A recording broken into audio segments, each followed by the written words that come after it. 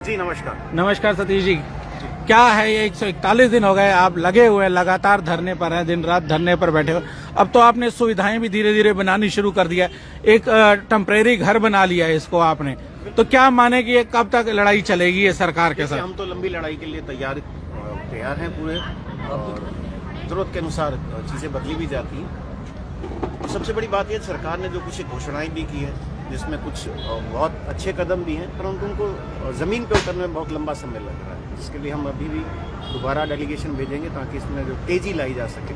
और एक बात ये है कि इन्होंने 10 बेड के ट्रोमा सेंटर बीकेएम बनाने की बात की है, और ट्रोमा सेंटर नहीं, ट्रोमा केयर सेंटर है। ट्रोमा केयर से बता दूं, ट्रोमा सेंटर नहीं है, ट्रोमा केयर है। क्या फर्क होता है ट्रोमा केयर और ट्रोमा सेंटर? सरकार ने 4 ग्रेड में बांट रखा है, ABCD, या फर्स्ट सेकंड थर्ड फोर्थ कह सकते हैं। हमारा 3rd ग्रेड में आता है बीके फिलहाल जो है। अच्छा, 2nd ग्रेड में थोड़ा अपग्रेड किया जा रहा है।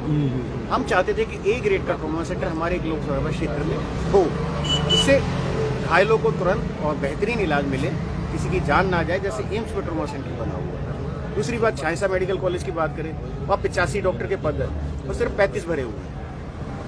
हमारे जो संघर्ष की वजह से, पत्रकार साथियों के सहयोग की वजह से वहाँ अब जाके जनरल आईपीडी शुरू हुई है, सिर्फ जनरल आईपीडी, यानी उल्टी दस्त वगैरह का पेशेंट होगा तो उसे एडमिट किया जाएगा, बाकी पेशेंट का भी कोई उपचार नहीं हो पा रहा, क्योंकि वहाँ ओटी और आईसीयू फंक्शनल नहीं है, इसलिए फंक्शनल ये समझ ले कि इतना बड़ा मेडिकल कॉलेज बनाकर और इतनी छोटी सी जो इलाज, जो छोटे छोटे इलाज है वो किए जा रहे हैं, तो ये समझे कि सरकार का जो पैसा है, सरकार का जो जनता का जो गाड़ी कमाई है, जनता की टैक्स पेयर जनता है, उसका जो पैसा है। 60 बेड का अस्पताल है, 360 बेड पे ऑक्सीजन है, 50 वेंटिलेटर हैं वहाँ पे, ओटी बनी हुई है, आईसीयू बनी हुई है, परंतु उसका लाभ जनता को नहीं मिल पा रहा। दूसरी तरफ देखिए वर्कलोड बीके पे कितना ज्यादा है, आप ओपीडी में अंदर घुस नहीं सकते, सारे एसीज खराब हैं, पीने के जो वाटर कूलर है वो खराब है, शौचालयों की दुर्दशा है, इलाज के नाम पे सिर्फ रेफर मिलता है कोई क्रिटिकल पेशेंट हो, क्योंकि यहाँ पे सुपर स्पेशलिस्ट का कैडर नहीं है, जैसे गैस्ट्रो का नहीं है, नेफ्रो का नहीं है, स्पाइन का नहीं है, वेनोलॉजिस्ट नहीं है, यूरोलॉजिस्ट नहीं है। यहाँ तक कि एक